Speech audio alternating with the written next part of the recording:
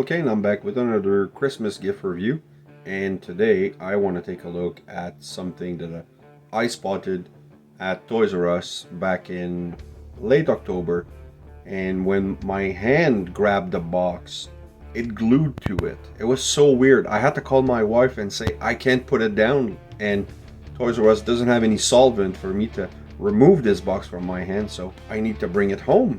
And she said, fine, but it's gonna be your Christmas gift and I won't give it to you until then. And now it's Christmas and I really enjoy this figure. It's already out of the box and I'm having a ton of fun. The transformation is just complex enough to be very interesting. The molding, the paint application, you'll see it's awesome figure. The best Rodimus Prime figure we've ever got, and I couldn't be happier with it. Let's take a look at this figure, but before, just a quick thing, because a lot of people like boxes. It's a fantastic box, Commander class figure, and there's no window. And the only thing that I do want to point out is this here. I would have loved to have blast effect of that color to go with the figure instead of the black one you'll see, but I actually don't mind the black ones because in the 80s when this character was created we didn't care that much about pollution, and this one is burning oil. And the rest of the box has fantastic artwork, of course the Kingdom artwork. You have a great picture of Rodimus and his alt mode, and that's it. There's nothing, there's no hidden gem or Easter eggs to promote other figures. But that being said, I'm extremely happy to be able to review this figure. So let's take a look. We Transformers have looked into the face of our creators and seen the face of an enemy. First off, if you hear some snoring in the back, I do apologize, but that's my son, 19-year-old, on Christmas break, so he's been partying a little bit.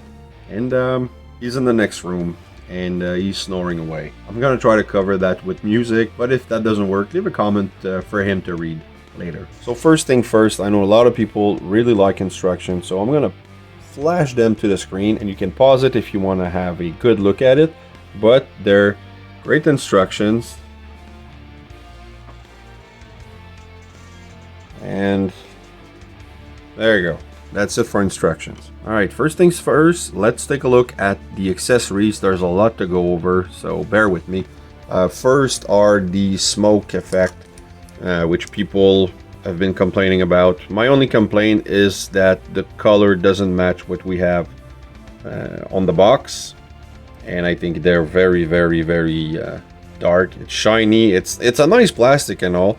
They're really hard, and I haven't actually pegged them yet, but they peg here, and yeah, you can totally tell that Rodimus is burning oil. It happens, you know, sometimes you need an oil change. If you're pro-environment, this might not be for you. I understand why people are complaining. I actually don't really mind them. They're a big contrast to the figure, so they really pop out. One good feature about this, let me show you, is how, without having any peg holes or anything, that you can that you can it's the other one here, that they just really clip really well inside. That's something that goes under the trailer, and so without any actual holes, they've made it so that they can clip properly here. That's really good.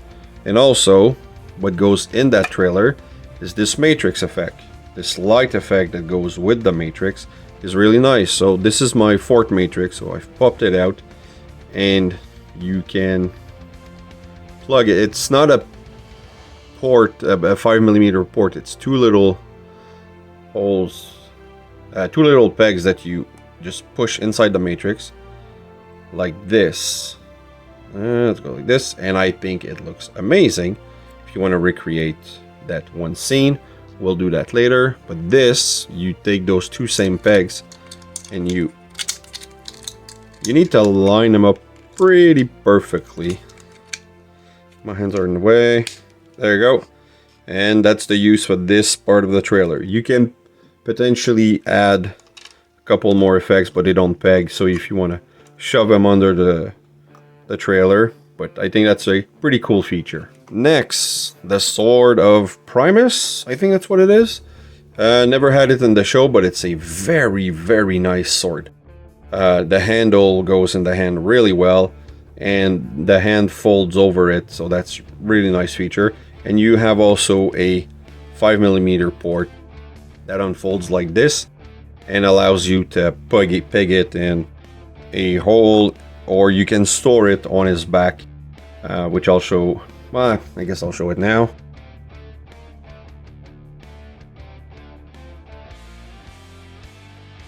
Sorry about that. Push it in, and there you go. And then you can angle it any way you want. If you want to recreate a He-Man scene, you technically could. So, very nice feature, great accessory, and I'm glad that included it. Although I'm not a fan of melee weapon for Transformers because they never actually had any in the cartoon show. I prefer that they shoot each other and miss miserably. Remove that. This gun, this rifle, I think if you want, give me a second. Okay, you can peg him like this in the hand, and like they said, the finger fold over it. We'll go over articulation later. You could hold the gun like this, but I think the hands are a little closer. But if you take a look at Scourge from SX86, that's the look I really like. I like the way he's holding his gun. I wish Rodimus could do the same so that the hands could be a little further apart on Rodimus. But it's a nice feature. So let me remove that. And I'm back. So the gun folds if you want to hold him with this hand and having a blast effect here. Like this, you can do that. Or you can hold him like a sniper rifle, like this. Having issue focusing. I think it looks really good. It's a nice accessory to have. Now the blast effects are exactly the same set that I've got, or that we've all got with Omega Supreme. There you go. So it's the exact same set that we have, and they're both very nice. I think this one they've put a little more details and attention into it, but it's a really nice blast effect because it gives you combination ability. You can do it like that, you can remove this, remove that, you can make impact shots with it. It's a really nice set, and it goes well with, let's leave it here, with the turret which will peg into the trailer, or you can have it as a mobile station. It's really nice. One thing I'm a little disappointed about is that if you put all the blast effects on it, kind of moves down. It doesn't well, now it's holding because we're on camera, but earlier when I tried to pose it with Rodimus, it just wouldn't. So it would just slide down like this. Anyway, but nice feature. Throwback to the G1 toy, absolutely. And I think for people who prefer toy accuracy, this is an extremely good addition. Now the trailer, as I said, you have this little piece here that slides into it, so it hides the effect. It's really nice. Of course, I have the same issue as everybody else where my trailer doesn't peg properly, so I'm gonna go watch a couple videos to see if I'm better to use warm water to warm it up, or if I'm better to put some floor polish, or if there's anything else that I'm missing. But the trailer is a really good throwback. It opens up quite nicely, and I love how this moves automatically with it. It's on a little spring, and this opens up. You can do the battle station. This part here you have to lift up, and then come on camera, there you go. Can have it like that, and then you can add the turret. You just unfold that little peg, put it here, lift this, put Rodimus on, Open the hands. Both hands. Clip it in the thumb. Fold it again. And raise it. And then pew pew! You can shoot Decepticons from afar. And I think that's a good throwback for people who enjoyed that feature, or any type of turret, or that they just want to recreate some of the fun they had with the G1 toy. There you go. This is for you. I think it's fantastic. Let me clean the station up and then we'll take a look at the actual figure. And here he is, the light or nerdiest wet dream, holding the Matrix with the light effect. I think it's a fantastic throwback. The fact that Hasbro takes the time to create accessories so that we collectors can actually play with the figure, because I'm guessing some kids these days, they would look at the actual movie and probably not finding it as fun as we did. But the fact that they think about the collectors and say, oh man, these guys are gonna love this, it's a great marketing thing. Nostalgia, as you know, has been extremely strong with me. That's how I started to collect and started my YouTube channel, because of the voice acting. And I can't blame Hasbro to exploit that weak point in us, because it works. Nostalgia pulls you in. So the fact that they add these playability for grown men, I think it's awesome. I would have a hard time believing that Hasbro has a marketing department that still thinks that all of this is marketed to kids. Some of it is, but you know, it's for us. Let's take a look at the other accessories.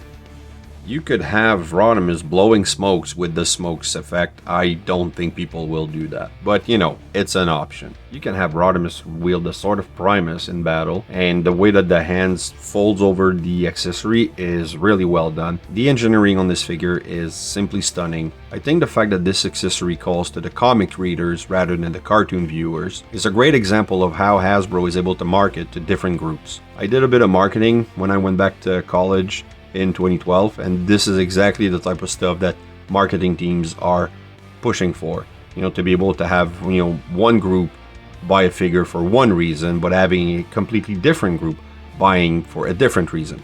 This is a great example. And now with the rifle, you can have Rodimus wield it like this for a long range shot, or what you want to do is remove this, fold it, and put it like this if you want to have a pistol battle. And I think that's a good feature. And the gun, you can store it here on the side when Rodimus is, you know, doing some conferencing. So now let's take a look at the figure and the different feature. First, paint. Paint on this figure is absolutely amazing. The details for the chest, the wrist, the smoke pipe, or whatever you want to call it. I wish the wheel would have been a little chromed, but that's an easy fix. The face sculpt is this Rodimus has seen things. You know, the burden hardest to bear shows really heavy on his face. I think it's awesome because I like my Rodimus to have overcome all that burden and self-doubt to become the leader he was supposed to be, only to have it ripped from him in the last 2 episodes and the rebirth. I think that was probably one thing that really upset me. I like Rodimus. I like his character arc, and the fact that everything was taken away from him because they brought back Optimus Prime, which I also love. It's a great episode and everything, but the fact that just the episode before the return of Optimus Prime, he finally accepted his leader position and his destiny, and then they removed it from him. I don't know. It was a bit of a piss off. But great face sculpt. The details for the helmet, it's really good. Kind of a heavy on the back. Sometimes he falls backwards, but you know, the spoiler, very nice molded details. I like it. You have some, you know, air intakes or exhaust. The figure is really well detailed. All those lines in the legs, it really makes everything pop out a lot more. And he's probably one of the best figure I have, honestly. And then articulation, the head will rotate. The chin gets in the way a little bit, but you know, Have a bit of attitude if you want to. The arms, if not for the spoiler, would rotate 360. You have a very good elbow band. You have a elbow rotation. Hands rotate 360. The hand grip. So the finger is a 2-point articulation so that you can really go over the weapon, and the other 3 finger are all together on another 2-point articulation. It's a little tighter to fold, but it works really nice. You have a, well, if you remove the back cable, you can have a 360 rotation. You have a hip rotation like this, and you have a kick forward, kick back. It's hindered because of the crotch area here. You have a very good knee bend, and you have a good ankle rocker. You have toe tilt because of the transformation. No, this piece, the heel doesn't come back. It doesn't move forward, but you have a bit of a rocker forward, backward and forward quite a lot. It's great posability for this figure. What else do we have? I think for articulation, that's pretty much it. Either way, it's fantastic. So let's take a look at some comparison before we move on to transformation. Rodimus Prime scales perfectly with Optimus Prime. Actually, he's slightly taller if we don't take into account the spoiler and just go from head to toe. Rodimus is just a bit taller, which is not a bother. And I love seeing them together like that. Both very cartoon accurate. It's amazing. With friend and counselor Ultra Magnus, and I think that scale works perfectly. Magnus was always taller than Rodimus, and this is a perfect representation. And the comparison I've been waiting to do since I toy hacked him with Classics Hot Rod, my favorite version of Hot Rod. I don't have the Studio Series 86 version because I have this one, and I prefer that one because of the nostalgia it brings, the memory of me playing with my son when he was 3-4 years old. So I toy axed them, and I was waiting to see if they compared well together, and I think they actually really do. The flame decals on Rodimus, on Hot Rod goes, it's not the same one, but it goes well with the figure. The decals here with, you know, the paint application on this side. The legs maybe are very different, but you know, the black legs and foot going with this black section here is good. There's no stickers on Rodimus Prime yet. Overall, I'm really happy I decided to go with this Hot Rod to go with my Rodimus because there's a big height difference. And the only thing is I can't really pose this one with a Matrix to recreate that growing up scene in the movie. And now taking a look at the transformation, of course in the booklet it goes from car to robot because he's packaged in alt mode. But what you want to do first is push the leg, the toes backwards, sorry. Then you want to flip them around. Take that spoiler, twist it like that, and then bring it down here. And there you go. Simple, really. Love this figure. Now, what you want to do is just line them up here. Ah, come on. As you see, everything pegs in almost perfectly. You just need to line up everything 15 times, but the result is absolutely worth it. Look at that. A lot of people are complaining about the smokestack line here. It's a minor bother. This is a fantastic figure. The alt mode on this guy is perfect. Based on the GM Bison here, you can tell that the inspiration for futuristic car was really well used. It doesn't push down completely, so you can see the wheel doesn't stick to the ground exactly as it should. But regardless, this is a fantastic mold. The wheels could use some chrome. Taking a look at the molded details and the paint, Yeah, I added the smoke effect because I don't think it looks that bad. A lot of people have been complaining about the gap here in the pipes. I don't think it's that much of a bother. Sure, the wheels could use a little chrome. That's an easy fix. But overall, the details are amazing. The car mode itself, if you remove it, it's not too hard. You could use that if you want as a kind of hot rod, but and as you see, sometimes it doesn't hold everything together because there's so many little pegs everywhere that you have to line up perfectly to clip the whole thing.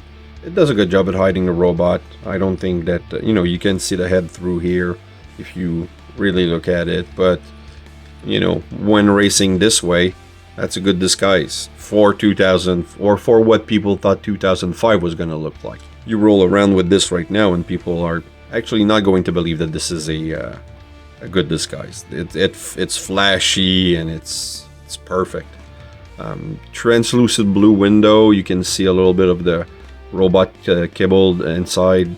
It's not that much of a bother. The spoiler is really shiny, I like that. It's a fantastic alt mode. So you just clip that back in, there we go. And now to do some size comparisons. I'm gonna run out of room, but let's see if I can make this work. Actually, before I do the comparison, if you leave the turret inside, it pegs perfectly. It doesn't wanna. So maybe there's a little groove or something on the turret that makes it more stable, but might not need floor polish after all. So good feature, I guess. So let's move this back, give him a little more room so I can do some comparison. I decided to go for a group photo and comparing Rodimus with Siege Ultra Magnus, Earthrise Prime, and Netflix Nemesis Prime. I love that I can take this picture. Of course, the trailer dwarfs everything else. Of course, for scaling doesn't work properly, but all of these figures are fantastic, and the fact that I have all of them makes me a very happy collector. I like to put them side by side. It's a great display piece. I'm really happy with this figure, and I don't think my wife could have made me more happy when it comes to adding to my collection. And another comparison I've been dying to do, this one. I wish the window would match in colors, but I'm really happy to have added those flames to Classic Hot Rod and here, so that it goes well with the flames on the trailer and on the hood.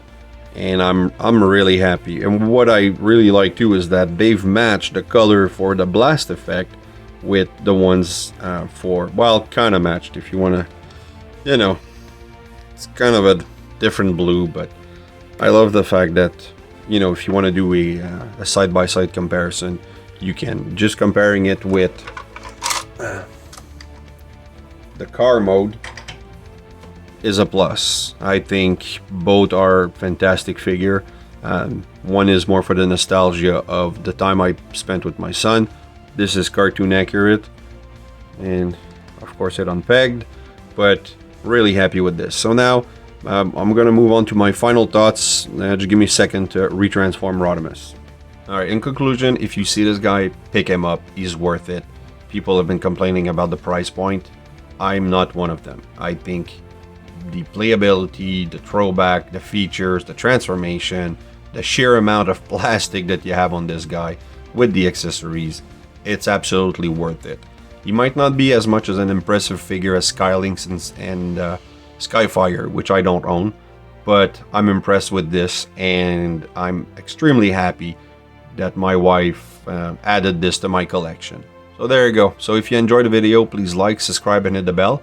Also leave a comment, I love reading those. And remember, nothing in life gives you the right to be an asshole. Take care.